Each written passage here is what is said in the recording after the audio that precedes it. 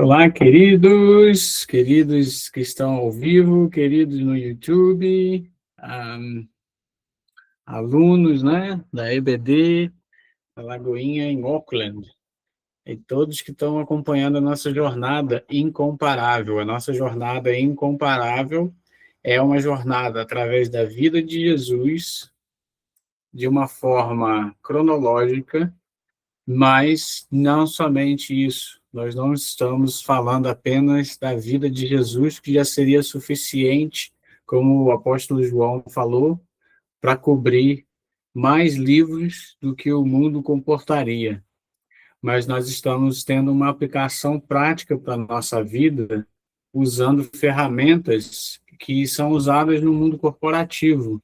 Essas ferramentas elas são usadas para nos ajudar, né, no nosso dia a dia, na nossa vida.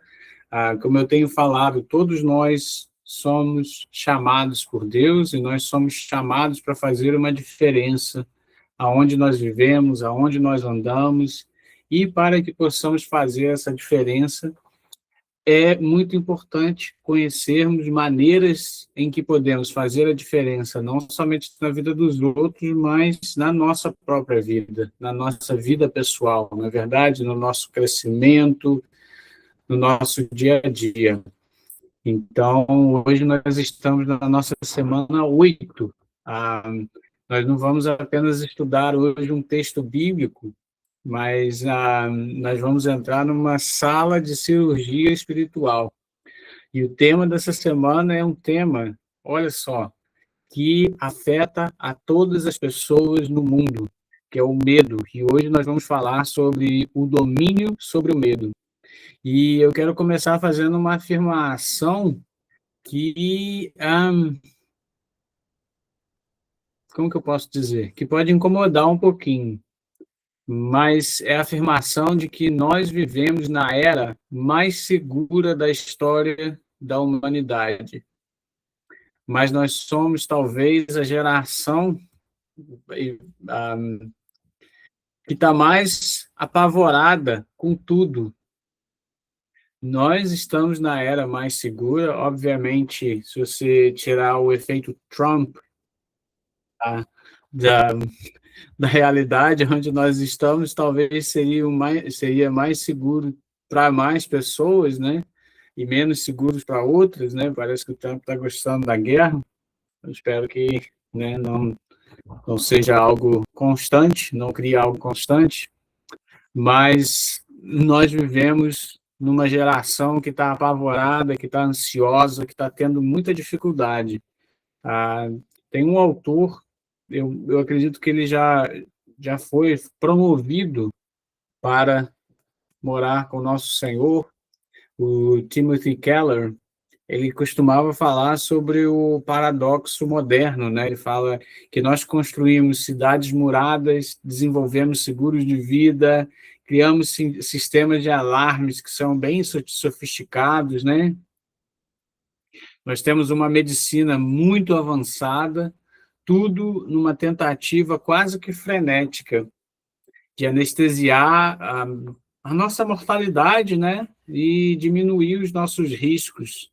Mas no momento em que a tela do nosso celular mostra a notícia de que está começando uma crise econômica, ou quando há um laudo médico inesperado, e eu vou falar um pouquinho sobre isso hoje, porque eu posso falar isso em primeira mão, ou quando a nossa estabilidade profissional é ameaçada, todo o nosso castelo de cartas desmorona, dá uma desmoronada. Mas por quê? Por que, que o medo não é... Porque o medo, né, não é primariamente uma resposta ao ambiente externo. O medo é, na sua essência mais teológica falando, uma crise de identidade e uma crise de paternidade. E, obviamente, eu estou falando assim, eu não estou dizendo que se você sente medo, você está numa crise de identidade ou numa crise de paternidade. Eu estou dizendo que quando você se deixa dominar pelo medo o tempo todo, isso mostra uma raiz no seu coração. Todos nós temos medo, mas o que nós fazemos com A realidade em que nós enfrentamos é o que nós vamos estar falando hoje à noite. O medo não é nada mais do que a imaginação humana usada para criar um futuro onde Deus não está lá, onde Deus está ausente. E essa semana, o nosso foco vai ser analisar, né, essa realidade. Essa semana, o nosso foco vai ser falar sobre esse medo e falar sobre... saí aqui, peraí. Dá um minutinho aqui, senão eu perco meu coisa. Falar sobre essa realidade, a gente vai falar sobre Marcos, capítulo 4, versículos de 35 a 41. E eu quero que você, quando eu estiver lendo aqui agora, preste atenção não apenas na realidade da tempestade, mas também no silêncio que havia dentro do barco. Marcos 4:31 está falando assim: naquele dia, ao anoitecer, disse ele aos seus discípulos, Jesus, né? Vamos para o outro lado.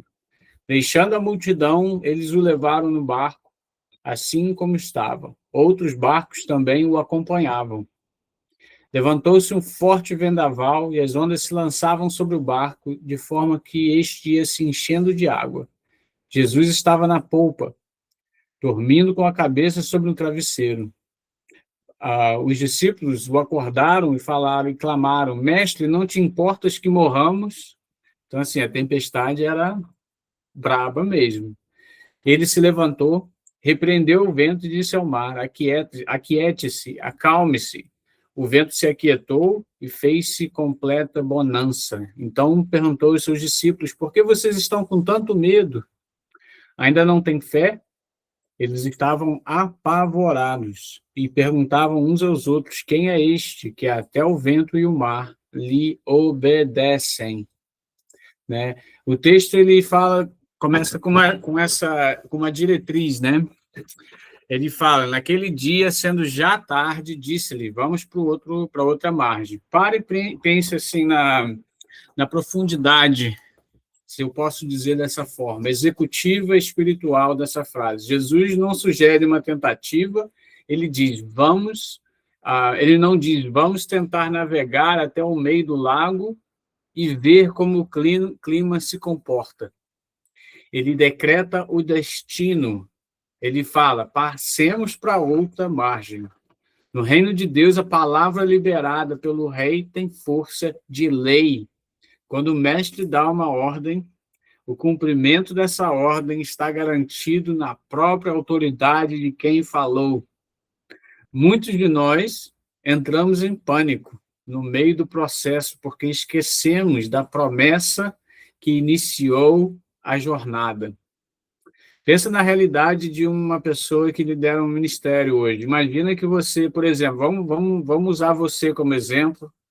Zami, vamos usar você como exemplo. Imagina que a Zami está pastoreando uma congregação maravilhosa, cheia de vida, mas de repente recebe a notícia que o aluguel vai subir para 2 vezes mais. E ali, embora a congregação seja maravilhosa, não tem dinheiro no caixa para pagar aquela situação. E aí o pânico começa a bater na porta, né? Você começa a pensar: cara, eu tenho que pagar, como é que eu vou fazer? O que eu vou fazer? Né? E aí você começa a passar numa situação, você não acha outro lugar para ir, você começa a passar numa situação onde você está numa tempestade financeira, você tem uma tempestade logística, você tem um problema para resolver. E aí você está ali naquela situação e o medo, usado pelo inimigo, vai sussurrar no seu coração: essa igreja vai acabar. Mas deixa eu te dizer uma coisa. Deus nos chamou, igual quando a gente estava jogando videogame, né? Para passar de fase. Deus nos chamou para ir caminhar pela fé. O que é que Deus está mostrando para a gente nessa situação? Eu não vou muito longe, não. Eu estou falando de uma situação numa igreja, talvez essa seja uma coisa que às vezes vem muito no meu coração. Mas vamos falar numa situação da sua casa. Você saiu do Brasil, você veio para cá, a promessa de uma vida nova, começando tudo, de repente isso dá certo, tudo funciona muito bem, mas aí, de repente, há uma situação que você não consegue resolver. Há um problema financeiro que você não consegue resolver. O seu business para de funcionar direito. O seu emprego te demite. A sua situação financeira já não é mais a mesma. E, de repente, o medo começa a encher o teu coração. Você está casado, vamos usar uma outra situação. Você está casado, você é sua esposa, sua família, e aí, de repente, você começa a brigar, e a brigar, e a brigar, e a brigar, e não consegue olhar mais um nos olhos do outro, você não consegue estar mais íntimo. Eu estou falando intimidade aqui, gente, eu estou falando intimidade no sentido de, não é só da questão física, eu estou falando intimidade é caminhar junto, né? Alguns de nós aqui, nós somos casados, e muitas das vezes, num piscar de olhos, a gente vê isso acontecer. Tá um andando para um lado e o outro andando para o outro. Mas aí, ao invés de reconectar, a gente começa a brigar, a brigar, a brigar, a brigar. E aí o medo vem. E aí a tentação vem. E aí o desespero vem. E aí o inimigo vem, o diabo vem e fala: isso aí não vai dar certo, não. Isso aí não vai dar certo. Isso aí não vai dar certo, né? Mas se Deus está nos dizendo que Ele quer nos levar a um novo nível de autoridade, Ele precisa levar a gente através da tempestade. Que é na tempestade que a nossa confiança cresce nele. É na tempestade em que a gente coloca as prioridades no lugar certo. Ah, tem um ditado, né, que diz assim: o vento que testa a firmeza da raiz é exatamente o mesmo vento que espalha as sementes da árvore para novos territórios. A crise, quando ela não vem para te afogar, mas às vezes a crise vem para te levar para um novo nível na sua vida. Às vezes, Deus te tira de um lugar e te coloca no outro. Às vezes, Deus pega quando você se alinha na presença dele, Deus pega o seu casamento e a sua família e te ensina a alinhar, te ensina a falar, ensina a caminhar junto com com aquela pessoa que Deus te chamou a caminhar com ela. Deus, ele te chama a caminhar confiando naquilo que ele te colocou para viver. Se ele te enviou para um lugar, ele vai prover. Se ele te chamou a caminhar numa situação difícil, é porque ele vai trazer a solução. Não deixe que o medo tome conta do seu coração. Jesus, ele estava determinado. Quando a gente faz a exegese aqui, eu vou ser fiel a ela. Jesus estava determinado. Ele falou: vamos para o outro lado. E será que ele não sabia que havia uma tempestade? Na minha opinião, ele sabia. O que você acha? Você acha que ele sabia? Minha opinião, eu tenho certeza que ele sabia que havia uma tempestade chegando. O versículo 37, ele fala assim: levantou-se um grande temporal de vento e subiam as ondas por cima do barco, de maneira que já se enchia de água. Eu não sei se você já viu aqueles vídeos do oceano, mas eu tenho uma coisa em mim que eu gostaria de um dia ir na Antártica, visitar lá. Aí eu falei com a minha esposa, ela falou: mas o que você vai fazer lá? Não tem nada, só tem gelo. E eu falei com ela: não, mas eu quero ir, é uma daquelas coisas que você quer fazer, você quer fazer. Aí a gente perguntou para a Alexa: Alexa, quanto que é a passagem para ir para a Antártica? Aí eu acho que estava fora de época, né? Foi um negócio assim, US$ 50.000. Eu falei: ixi, desse jeito eu não vou, não. Desse jeito eu não vou conseguir, não. Desse jeito eu vou ter problema para chegar lá na Antártica. Não, não vai dar certo, não. US$ 50.000? Que isso? Muito caro, muito caro, muito caro.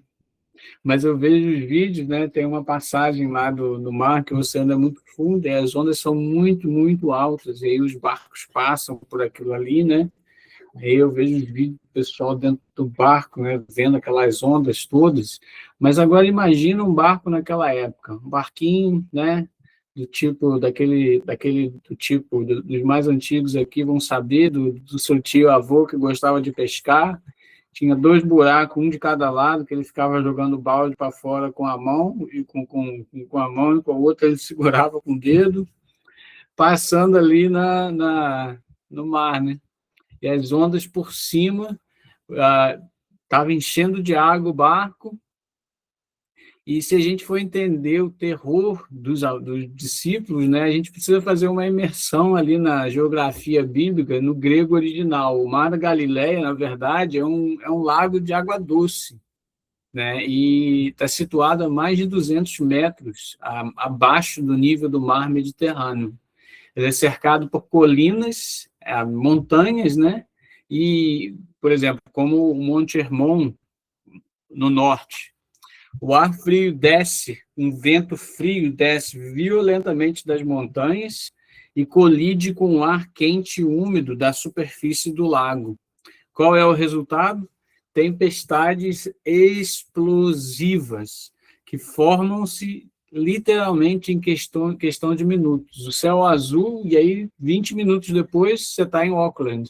Você saiu para ir no parque porque você o dia está sol e começa a chover na metade do caminho, né? E ali, nesse caso, eles começaram a lutar pela vida deles. E a palavra que Marcos usa para temporal de vento é a palavra que está aqui no meu slide, lay lapse. Não é uma chuvinha de fim de tarde, né?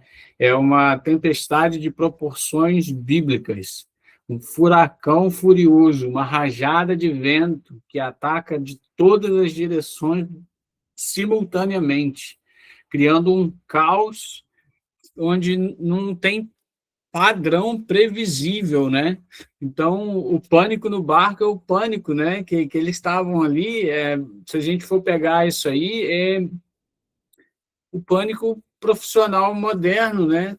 Por exemplo, quando descobre que o seu diploma não é suficiente. Eu não sei quantos de vocês que vieram do Brasil com um diploma e chegaram aqui e tomaram um susto, porque viram que não iam conseguir manter a mesma linha de estudo que vocês tinham. Eu não sei sobre vocês, mas para mim eu senti muito isso. Eu tenho duas faculdades, eu sou professor de inglês, eu tenho várias coisas que eu estudei bastante, lutei muito para ter. E eu cheguei aqui, serviu para nada, gente. Nada, nada, nada. Hoje eu estou fazendo um mestrado para poder chegar, pelo menos, num nível parecido de salário, de posição que eu tinha antes de vir, né, no caso, da África do Sul. E eu tive um pouco de uma crise de identidade ali naquele momento, quando eu descobri que o meu diploma não valia, não ia me levar a lugar nenhum, né? A não ser que eu saísse da onde Deus tinha me colocado. Mas aí é isso, né? A gente vê esse mundo moderno de ansiedade tomando conta dos nossos corações. E quem que estava no barco ali, né? Eles eram pescadores profissionais, eram homens que nasceram e cresceram naquelas águas. Pedro, Tiago, João, eles conheciam a corrente, eles conheciam o Mar da Galileia. Mas aquela chuva, aquele temporal, era tão violento que até as habilidades técnicas deles, né, a experiência acumulada de anos de currículo, e a experiência deles é de currículo, de experiência, né, e a experiência deles não adiantava de nada, não dava, não funcionou, entendeu? Eles não conseguiram, eles estavam desesperados, e aqui tem essa lição para a gente, né? É um rapaz que eu ouço bastante ele, o nome dele é Craig Rochelle. Ele fala que as maiores crises que enfrentaremos não serão aquelas para as quais fomos treinados. O verdadeiro teste na nossa vida, no nosso dia a dia, não acontece quando você está com o manual de operações na nossa mão e está tudo indo favorável.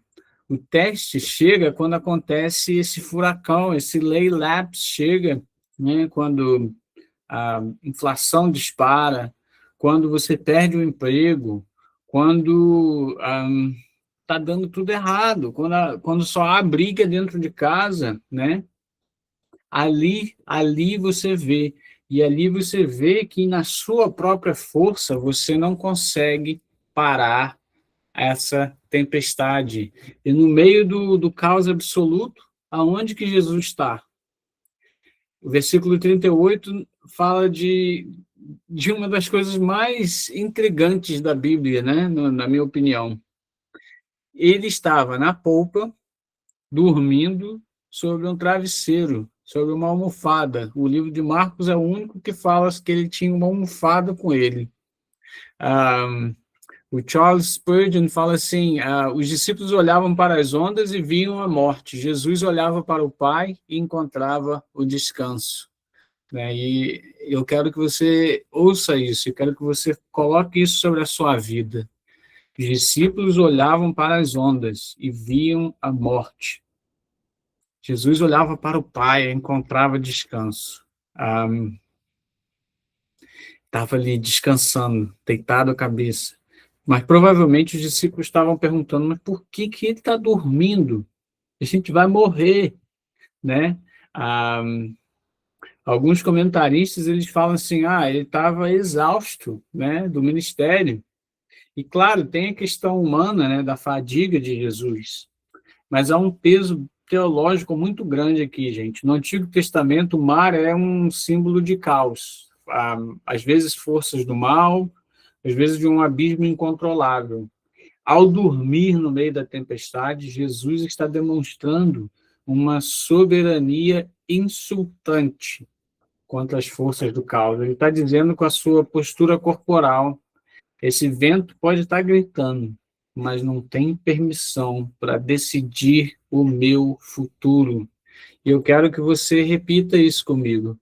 Essas situações presentes, situações passadas e até situações futuras podem gritar na sua porta, podem gritar na sua face, mas jamais, jamais decidirão o seu futuro. E a distorção do medo, ela traz uma realidade para os discípulos ali. Eles perguntam: você não se importa? Você não se importa que nós pereçamos? Versículo 38, né? E o medo operando na mente humana, ele não altera somente o batimento cardíaco. O medo, ele comete assassinatos teológicos, assim, das maiores que a gente vê. Ele até ataca diretamente no caráter de Deus. Quando nós estamos sob imensa pressão, seja qualquer pressão das quais nós temos dado alguns exemplos aqui, né? Por exemplo, tentando colocar comida na mesa das crianças. Olha só, uma pressão de transição de carreira. A primeira coisa que o medo sussurra, a primeira coisa que fica no seu coração é: Deus te abandonou, ele não se importa. Muitos de vocês sabem que eu tive um problema de saúde com meu filho, né? O meu filhinho pequenininho, o Judá, com 2 anos. Uma semana a gente estava na Nova Zelândia. A gente chegou aqui, ele foi diagnosticado com um tipo de câncer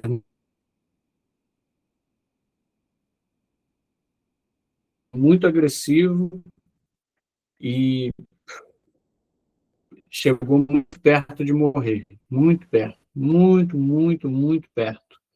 E naquele processo, enquanto a gente estava descobrindo tudo, muito medo entrou no meu coração, para ser sincero. Eu tive que agarrar a minha vida, o meu coração e tudo que eu tenho para colocar o meu coração no lugar de confiança em Deus. Mas a primeira coisa que aconteceu foi isso. foi essa questão teológica. E houveram dois pastores, amigos meus. Eu sou, eu tenho muitos amigos famosos, sabe? Famosos, vamos dizer assim, no meio evangélico. Mas dois deles mandaram uma mensagem para mim perguntando assim: Yuri, tem alguma coisa errada na sua vida para estar acontecendo com seu filho? E eu falei assim: como assim?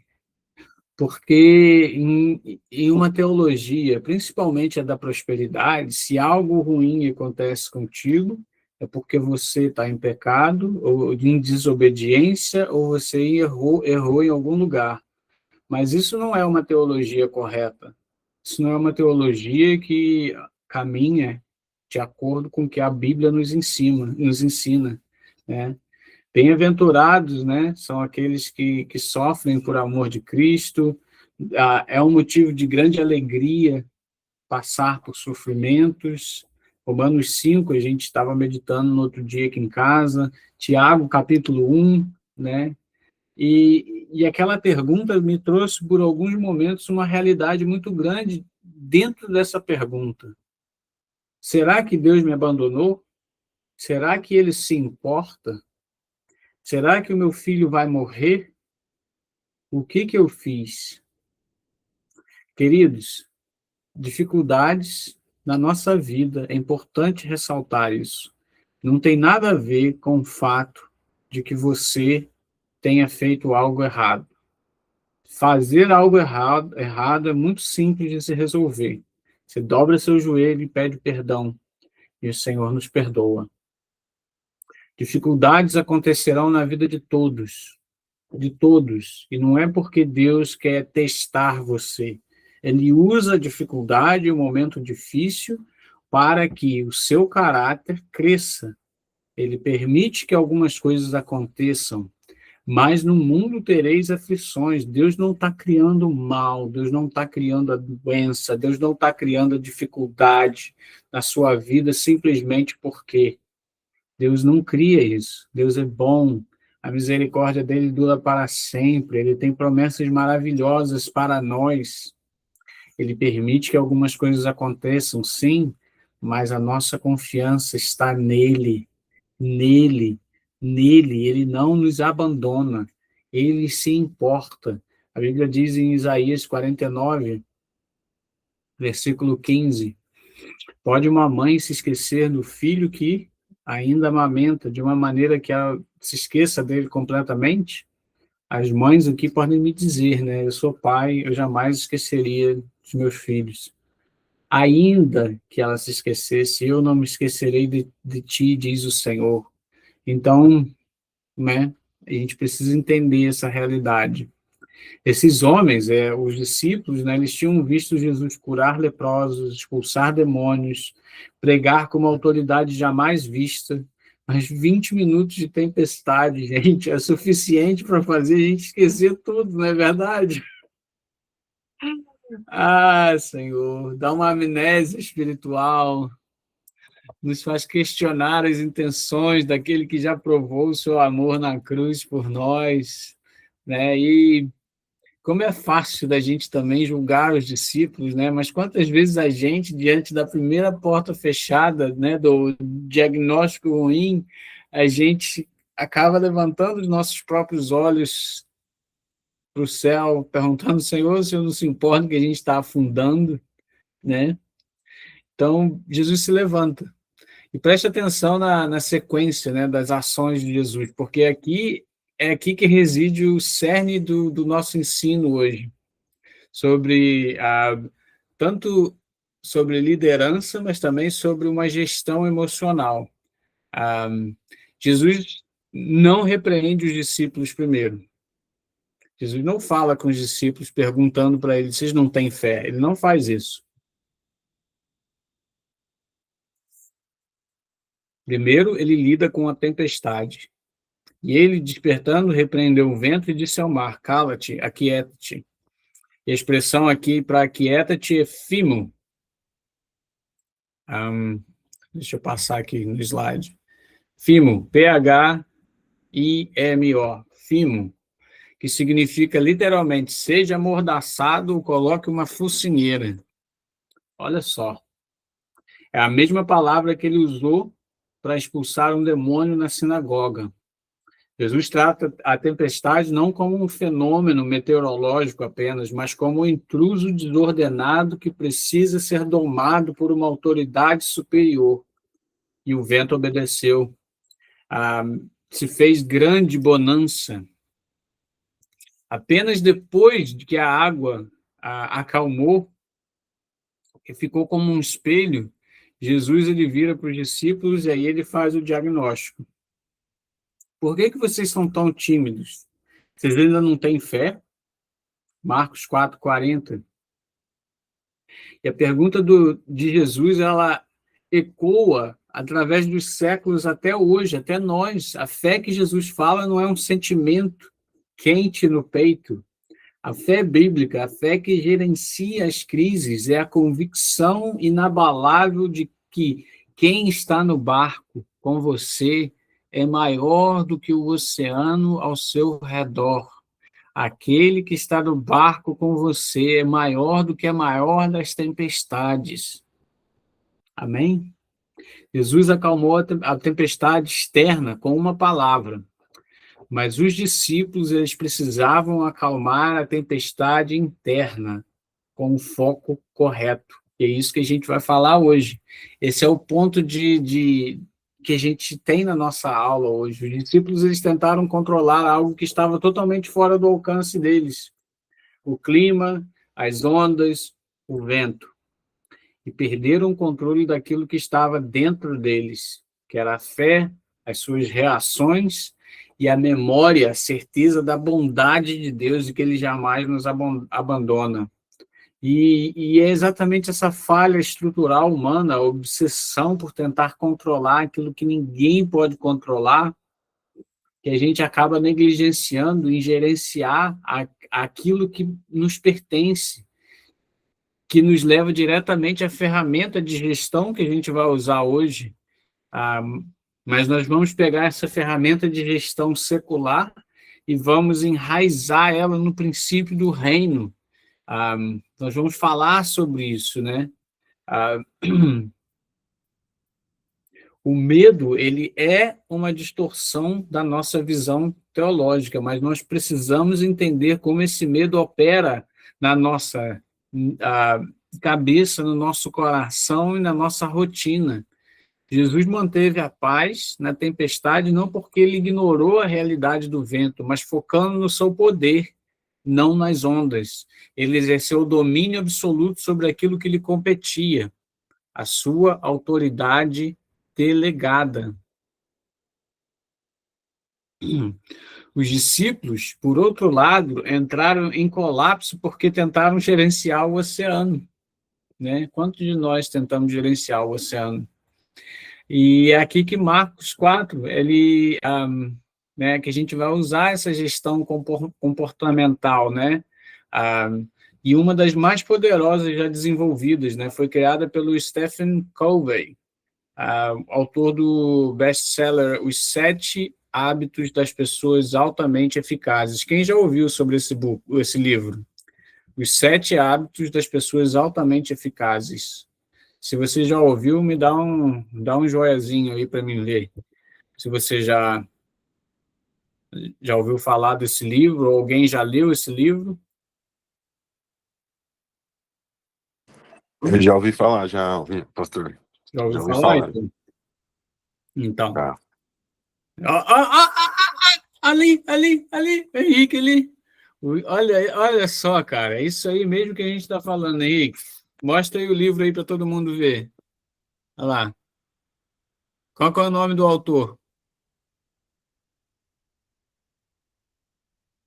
Você está mudo, fala aí. Você está mudo, querido. Você está no mudo. Você está sem microfone, eu acho. Sim. Stephen Covey. Stephen Covey. E esse cara, ele sistematizou para o mundo dos negócios, principalmente aquilo que Jesus já havia demonstrado na polpa daquele barco na Galileia. Olha que coisa linda, cara. Olha que coisa linda. Né? Ele criou essa realidade, né? E olha só o que ele... Dá uma olhada no meu slide aqui, se você puder. Né? Ele criou algo mais ou menos assim. A engenharia do foco no meio da crise. Como que funciona esse círculo de influência, né? Vamos falar um pouquinho sobre isso. Eu quero que como vocês estão vendo aí, os dois círculos, né? O círculo do meio, que é o círculo interno, a influência, o controlável, e o círculo externo, né? O círculo maior que fica do lado de fora é o círculo da preocupação, aquilo que você não controla, que você não pode controlar, tá bom? Dentro desse círculo, a gente coloca tudo aquilo que drena a nossa energia emocional, mas sobre a qual temos zero poder de alteração direta. O que entra aqui? A opinião dos outros sobre você, né? A economia do país, a não ser que você seja o Prime Minister, né? Talvez você possa fazer alguma coisa sobre isso. Se você for, por favor, faça. Principalmente no Brasil, né, gente? A inflação lá tá terrível. O pessoal voltou agora do Brasil, falou comigo que um frango assado tá R$ 60. Misericórdia. Eu lembro de comprar um frango assado por R$ 1,50. Mas eu sou velho também, né, gente? Eu, assim, não sou tão... Tô enxuto, mas tô velhinho. Vou fazer 44 já. Mas aí, aí você bota aí o clima, o humor do seu patrão, né, o trânsito. Quer ver uma coisa que me tira do sério? É estar atrasado. Aí você pega aquele trânsito, aí você pega uns malucos que saem cortando tudo, quase cria acidente, aí mesmo que me deixa doidinho na cabeça. Decisão política, às vezes o nosso passado, gente, às vezes o passado fica batendo na nossa consciência o tempo todo. O círculo de preocupação é o equivalente moderno à tempestade das ondas e o batendo no barco. Dentro desse círculo maior, existe um círculo menor, no centro do alvo, que é o círculo de influência, que é o que você controla, que são as suas reações, as suas palavras, a sua ética de trabalho, a sua preparação. Eu não posso parar para falar de cada um, porque senão a gente vai demorar muito tempo. Mas preste atenção nisso aqui, a sua preparação. Como que você tem se preparado? Eu fui para a África do Sul em 2012 e não falava uma palavra em inglês, gente. Eu cheguei lá, Deus falou comigo assim, ó, você não vai embora, você vai ficar lá, vai ficar aí. E a segunda coisa que ele falou comigo foi, Yuri, você precisa aprender inglês de uma forma que você seja fluente, porque eu quero usar a sua vida, a sua boca, de uma maneira fluente para impactar as nações. E, cara, eu roubei um dicionário da livraria, roubei, né? Da escola lá, peguei o dicionário, sentei com o dicionário, peguei uma Bíblia em inglês, peguei filme em inglês, parei de falar português com todo mundo, me trancava no quarto para estudar, ou ia para fora e só falava com pessoas que falavam inglês, me zoaram, falaram mal do meu inglês, eu não fiquei com vergonha, eu me preparei. Como que a gente se prepara para o nosso amanhã? Nós precisamos pensar nisso, né? Isso aí está no seu círculo de influência, queridos. E é muito importante que você pense nisso, né? O que você precisa fazer hoje que vai influenciar o seu amanhã? Esse sim, você precisa colocar energia. Agora, a inflação, o clima, o trânsito, não tem como você controlar. E esses são os que às vezes a gente mais dá energia para eles, não é verdade? Que a gente mais perde o nosso foco e que a gente mais reage são essas situações. A influência de pessoas ao nosso redor, da maneira com que elas nos tratam.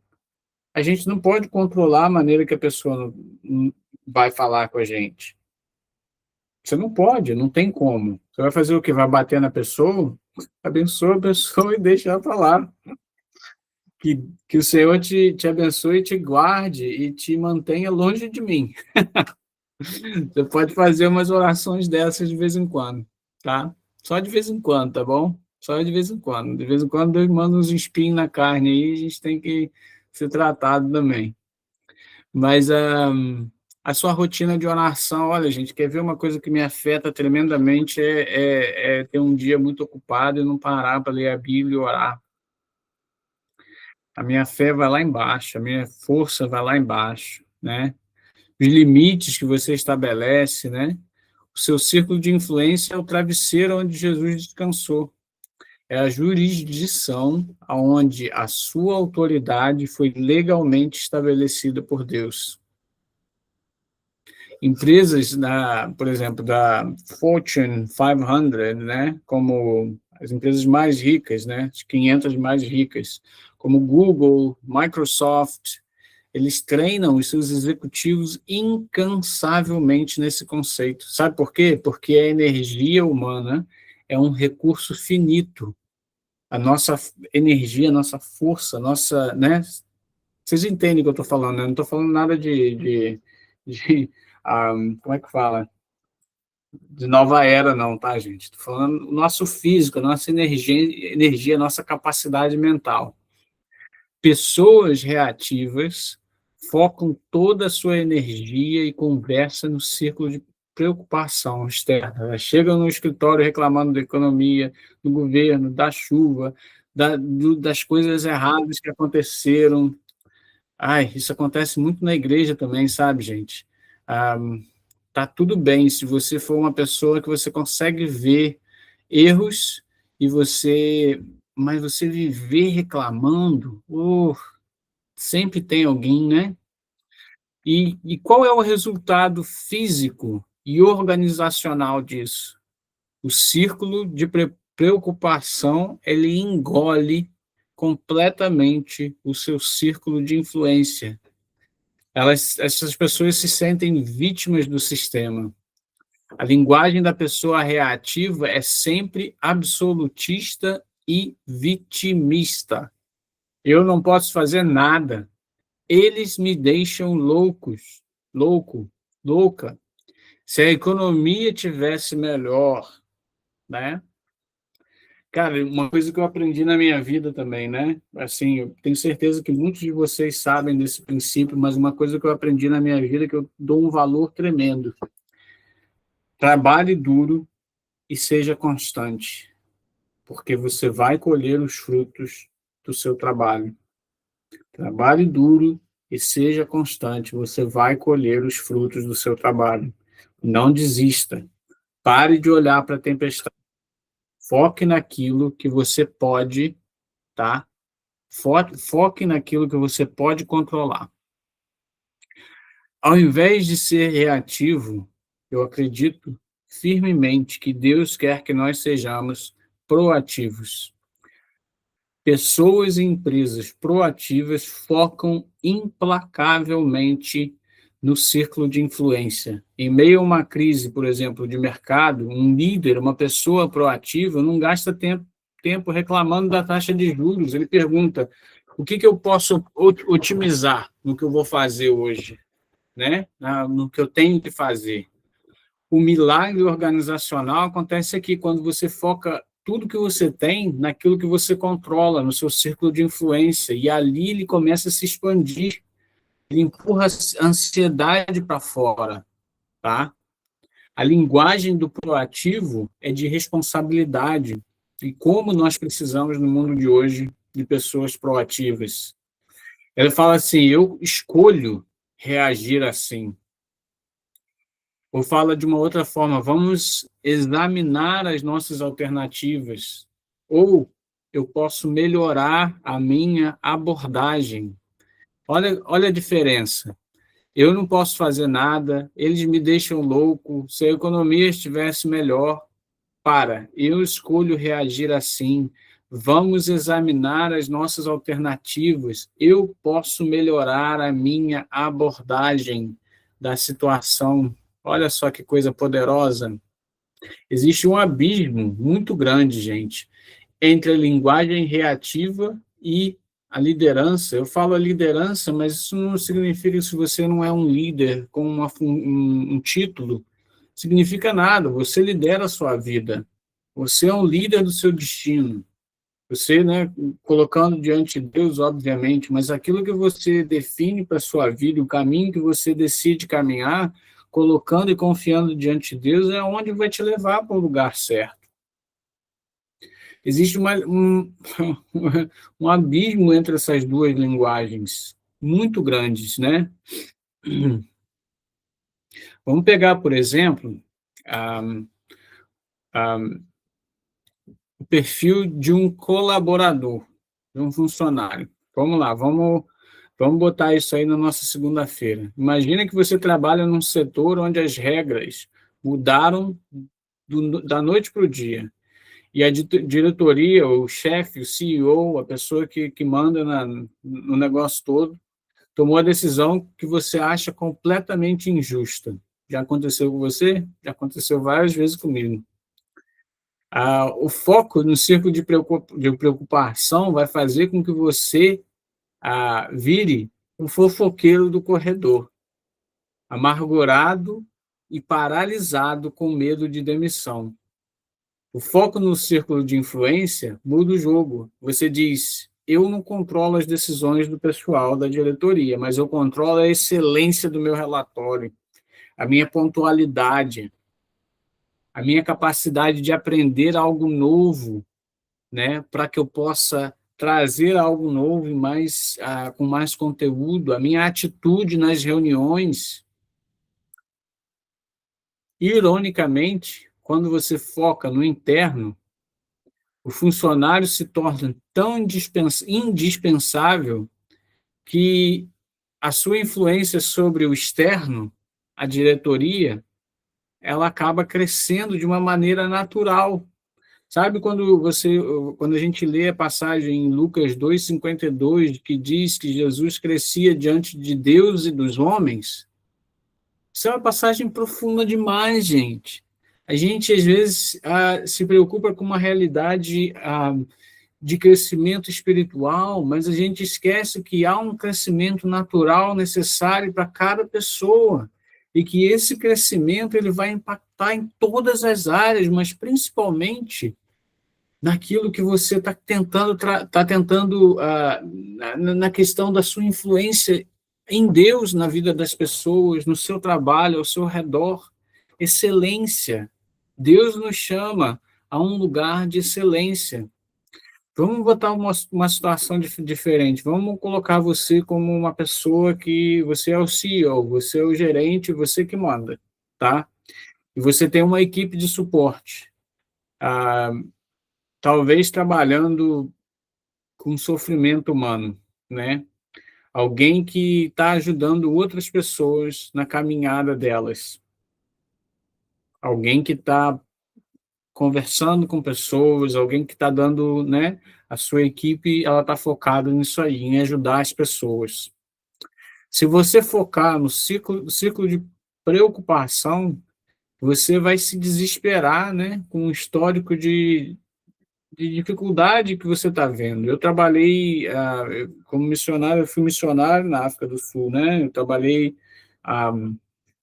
com crianças em situação de fome, em situação de abuso, né? De todas as formas, situação de abandono também. E, cara, teve um dia que eu cheguei em casa e eu não conseguia parar de chorar. Não conseguia. Aquilo foi demais para mim, entendeu? E eu tive que aprender a lidar com aquela realidade, senão eu não conseguiria influenciar aquela realidade. E é da mesma forma onde a gente caminha, aonde você vai, o que você faz, a maneira com que você se relaciona com as pessoas dentro e fora da sua casa, vai relatar o que você está fazendo. Você está sempre focado no seu círculo de preocupação ou você está focado no seu círculo de influência, naquilo que você pode fazer com excelência hoje, no sorriso que você oferece, no ouvir e não julgar, na criação de um ambiente seguro e acolhedor, sabe? No respeito absoluto pela dignidade daquela outra pessoa. Você pode discordar em tudo do que aquela pessoa fala ou até mesmo faz, mas o seu maior papel é mostrar um respeito absoluto pela dignidade daquela pessoa que Deus criou. Isso é muito importante, gente. Uma atitude proativa vai te tirar de um lugar de reclamão fofoqueiro para um lugar de liderança, onde você tem uma influência que realmente faz a diferença. Vai te tirar de um lugar onde você é uma vítima das coisas que acontecem, do que as pessoas falam, e vai te colocar diretamente como uma pessoa que as pessoas olham para você para encontrar soluções. E não pensem em vocês que eu cheguei lá, não. Eu estou também no mesmo processo, eu estou aprendendo. Eu quero aprender mais para que eu possa servir mais. Quem quer aprender mais para que você possa servir mais aqui? Quem quer aprender mais e ser mais proativo para, ao invés de falar mal daquilo que está acontecendo, você influencia o ambiente da realidade que você tem, com uma influência tão grande que você traz a mudança dentro de você, com amor, com carinho, com humildade, com respeito. Quem quer fazer isso? A minha voz está falhando, por isso que eu estou bebendo água, tá, gente? Minha voz é um pouquinho de problema. Vamos falar sobre um pouquinho de casamento. Vamos falar de casamento? É sempre bom falar de casamento, né? Para aqueles que são solteiros, anota aí. Para aqueles que estão casados, vocês sabem o que eu estou falando. Traz essa ferramenta para dentro de casa. Vamos levar isso para dentro de casa? Hã? Ó, o senhor Sidélio Júnior chegou aí. Estou feliz que ele está aqui. Vamos levar essa ferramenta para dentro de casa. Imagina gerenciar a rotina. Vou botar no meu caso, com 2 crianças. O meu menino, 5 anos, lotado de energia. É mais do que a pilha Duracell, gente. A pilha Duracell foi inspirada nele. Não é possível, não é possível. Foi inspirada nele. E a minha filha de 10 anos está começando a formar opinião sobre o mundo, cara. E ele tá naquela situação, assim, meio que rebelde, entendeu? Fazendo algumas coisas aqui, e a gente negocia, entendeu? A gente, né, tenta ficar bem próximo e tudo mais. Mas o nosso medo natural é olhar para a cultura moderna, para a internet, para a violência, né, o nosso círculo de preocupação, e tentar trancar os nossos filhos numa bolha, né? E aí isso aí vai gerar pais controladores e filhos ansiosos. A aplicação, o que você deve fazer não deve ser gerado no círculo de preocupação, mas sim no círculo de influência, na paternidade que é libertadora, e na maternidade que é libertadora. Você aceita o fato de que não controla as opiniões do mundo de fora, nem vai poder blindar os seus filhos de todas as frustrações, mas você foca no círculo interno. Cultura da devoção na mesa de jantar. Gente, isso é uma coisa muito poderosa para as nossas famílias. Uma pesquisa nos Estados Unidos, do Barna Institute, que é um instituto famoso de pesquisas cristãs, ele falou que os filhos, eles continuam na mesma fé dos pais, num número absurdo de 82% das famílias que se sentam na mesa para jantar juntas, pelo menos 4 a 5 vezes por semana. O número cai para 17% quando isso não acontece. Você precisa focar nisso, você precisa sentar-se à mesa, você precisa olhar nos olhos. E a mesma coisa, marido e mulher, você precisa olhar nos olhos. Você precisa ser intencional. Anota aí, Heitor. Você precisa ser intencional. É necessário fazer isso. Você precisa focar numa segurança psicológica para os seus filhos, que eles possam confessar os seus erros sem medo de humilhação, né? E também no modelo de casamento que você e a sua esposa demonstram diariamente. Você precisa ser exemplo. O Rafa está dizendo que teve uma experiência, depois eu quero ouvir, Rafa, depois que a gente sair da gravação. Você não controla a tempestade cultural, mas você controla a solidez do barco familiar. Você controla, cara. Você pode controlar, né? Você pode controlar. Se a gente, por exemplo, olhar para a realidade da igreja local, a gente, pastorear é uma das coisas mais sublimes, mas ao mesmo tempo mais suscetíveis ao medo e à frustração, né? É muito difícil. Como que a gente não foca na preocupação? Como que a gente foca na influência? A liderança que ela entende que não controla, por exemplo, as circunstâncias, como a quantidade de dinheiro que entra. Quando a pessoa quer controlar essa realidade, ela é movida por medo, por insegurança, e ela passa a assustar as pessoas, pedindo até a cueca suja que a pessoa está usando no dia todo. Ela pede até a sua alma. E não é esse lugar. A gente não pode, assim, eu falo isso assim porque eu sei que isso não vai gerar conflito na liderança que a gente tem hoje, porque os pastores Tiago e Natália não são assim. E eu tive longas conversas com eles sobre isso. Você começa a focar no seu círculo de preocupação, você perde o foco naquilo que é o mais importante, que é servir a Jesus, que é adorar, que é cuidar das pessoas, que é estar do lado delas. O Charles Spurgeon fala assim: a verdadeira igreja de Cristo nunca foi construída com pedras que o homem possa derrubar, mas com os corações em que o Espírito Santo habitou.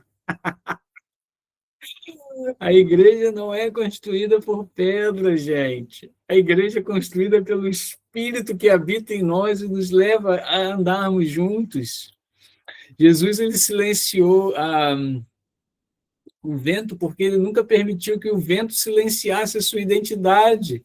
A nossa vida, a nossa ansiedade termina onde a responsabilidade proativa começa. Olha que coisa linda, né? Olha que coisa linda. Deixa eu ver aqui no meu slide, senão porque eu me perco de vez em quando, gente. Tá?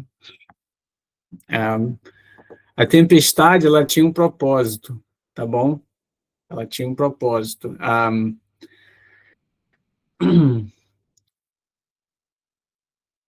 Peraí, que eu tô tentando me achar aqui. Marcos, né? A Bíblia lá em Marcos, capítulo 5, de 1 a 20, Jesus acalmou o mar, porque havia uma missão urgente na outra margem. Quando ele chega do outro lado, o Charles Spurgeon, ele observou brilhantemente que o inimigo não enviou aquela tempestade apenas para afogar os discípulos. Ele não queria que Jesus chegasse até Gadara. O inimigo não teme que o barco, não teme o barco, ele teme o que você vai fazer quando colocar os pés em terra firme. Jesus foi lá para expulsar o demônio do gadareno, do endemoniado de Gadareno, né? Já me perdi no meu slide de novo. Ok. Me perdi no slide, gente. Eu vou mandar o slide depois, tá? Depois eu mando para vocês. Desculpa aí. Jesus, ele foi lá com um propósito, né?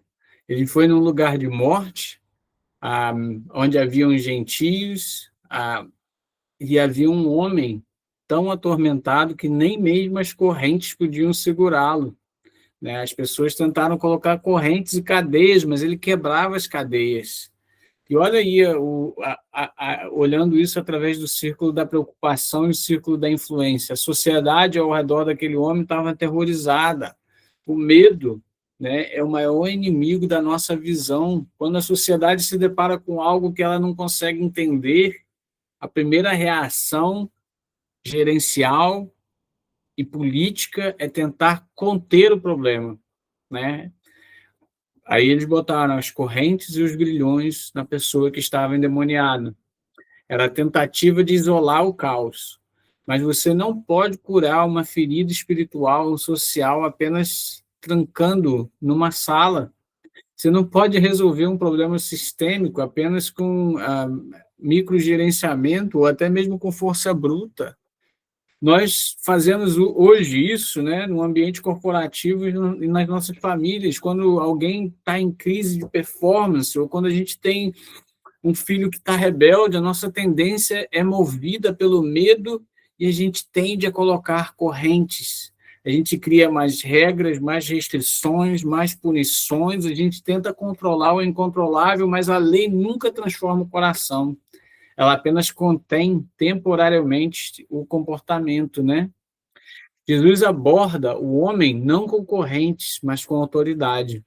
O homem clama, os demônios se identificam como legião, e Jesus, como uma única diretriz, ele expulsa as trevas. O diabo, a legião entra nos porcos, os porcos vão para o mar, né? E o Timothy Keller, ele fala que Jesus cruzou o lago enfrentando uma tempestade muito grande apenas para salvar um único homem que a sociedade havia descartado. O propósito do evangelho não é apenas nos fazer sentir bem nos domingos de manhã, o propósito é nos dar autoridade para restaurar o que a sociedade excluiu. A verdadeira métrica de liderança revolucionária não é o quão bem você lida com as pessoas que já são perfeitas, né? Mas a sua capacidade de olhar para os sepulcros ao seu redor, sua vizinhança, a sua igreja, e dizer assim, há valor ali que precisa ser redimido, há valor que precisa ser redimido. E as pessoas da cidade vieram ver Jesus e encontraram um homem ali assentado, vestido em perfeito juízo, e eles ficaram cheios de medo. Eles não celebraram a cura, eles ficaram com mais medo de Jesus do que tinham do demônio. Mas por quê? Porque Jesus lhes custou dinheiro, que é por causa da manada de porcos, e Jesus perturbou o status quo deles. O medo fez eles pedirem que Jesus, o Filho de Deus, fosse embora das suas terras. Muitas das vezes nós preferimos a nossa disfunção familiar do que a dor do crescimento e da mudança. O comodismo é um cativeiro muito mais sedutor do que os sepulcros. O medo é, de fato, o maior inimigo da nossa visão. E se a gente trouxer isso para a nossa realidade, imagina que você decidiu dar um salto na sua carreira e está tentando voltar a estudar. Você vai passar por um processo, você vai ter que ficar acordado até tarde, você vai ter que acordar cedo, você vai ter que ficar focado, né? Mas aí, se você focar nas dificuldades, você vai estar focando no seu círculo de preocupação. Você precisa aprender inglês, mas é muito difícil, mas eu não consigo. Consegue. Você só não consegue sair da sua cama. Mas se você conseguir sair da sua cama, você consegue. Mas se você focar no seu círculo de influência, né? Naquilo que você pode transformar, naquilo que você pode fazer, o domínio sobre o medo não vai ser uma ausência do frio da barriga. O domínio sobre o medo é aquele foco que não te abala, você não deixa o seu foco ser abalado para executar a parte do processo, orando, entregando a Deus. Gente, é isso que nós precisamos fazer, é assim que nós precisamos caminhar. Dominar a ansiedade é focar apenas em garantir que a terra esteja adubada e a raiz protegida, o seu ciclo de influência. Deus dá o crescimento, mas nós temos que gerenciar o solo. a parábola dos talentos, né? Jesus te deu alguns talentos, não deu? O que você está fazendo com eles? Talento não é coisa espiritual, não. Não é só espiritual, não. Pode ser também. Mas o que você está fazendo com seus talentos? Você está se fazendo de vítima, dizendo que você não tem capacidade, ou que as pessoas não te dão oportunidade? Você está vivendo num mundo de fofoca, onde todos estão errados e você está certo? Ou você está levantando sua cabeça no dia a dia e fazendo a diferença? Ah, Senhor, nos ajuda. A grande lição aqui, né, até mesmo nessa passagem, logo depois do barco, do endemoniado de Gadara, né, não é apenas que Jesus pode expulsar demônios, é que Jesus nos chamou para sermos agentes de ordem num mundo viciado no caos, mas nós não podemos ser agentes de transformação quando nós mesmos vivemos num círculo de caos, de preocupação, né? A gente caminhou um pouquinho em águas profundas hoje. A gente viu o terror do mar, do lay lapse, do storm, da tempestade. A gente aprendeu a desenhar o nosso círculo de influência para gerenciar a nossa ansiedade, né, nas áreas da nossa vida. E a gente viu que Jesus quebrou as correntes de um homem que a sociedade havia descartado. Mas à medida que a gente está chegando agora no final dessa aula, eu preciso responder a uma pergunta. E é a pergunta que o Craig Rochelle fez numa sala cheia de executivos e pastores. Ele perguntou assim, é muito bonito, ele falou assim, é muito bonito focar no círculo de influência quando o sol está brilhando. Mas como eu encontro forças para focar no interno quando o meu círculo de preocupação está literalmente destruindo a minha vida? Como você se mantém proativo quando a falência bate a sua porta?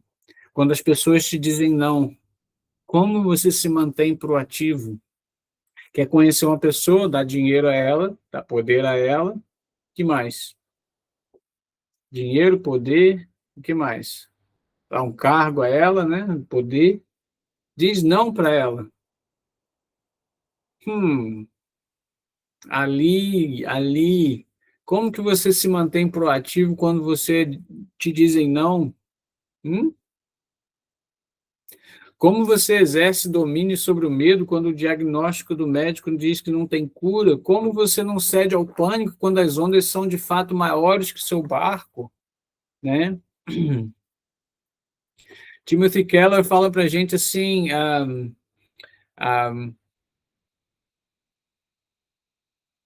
ele lembra a gente, né, que houve uma tempestade nos evangelhos que Jesus não acalmou. Houve um caos para o qual Jesus não disse cala-te. Se você for avançar no tempo, você vai ver Jesus da Galileia indo para Jerusalém. No Calvário, o céu escureceu ao meio-dia, a terra tremeu. O maior lay lapse da história do universo. A tempestade da justiça de Deus contra o pecado e a rebelião humana desabou. Naquela cruz, Jesus não estava dormindo sobre um travesseiro. Naquela cruz, Jesus não se levantou para repreender o vento. Pelo contrário, ele abaixou a cabeça e deixou que a tempestade do julgamento o afogasse completamente. Jesus foi engolido pela tempestade na cruz para que nas tempestades temporais da sua vida você pudesse ter certeza absoluta de que Deus está no barco com você.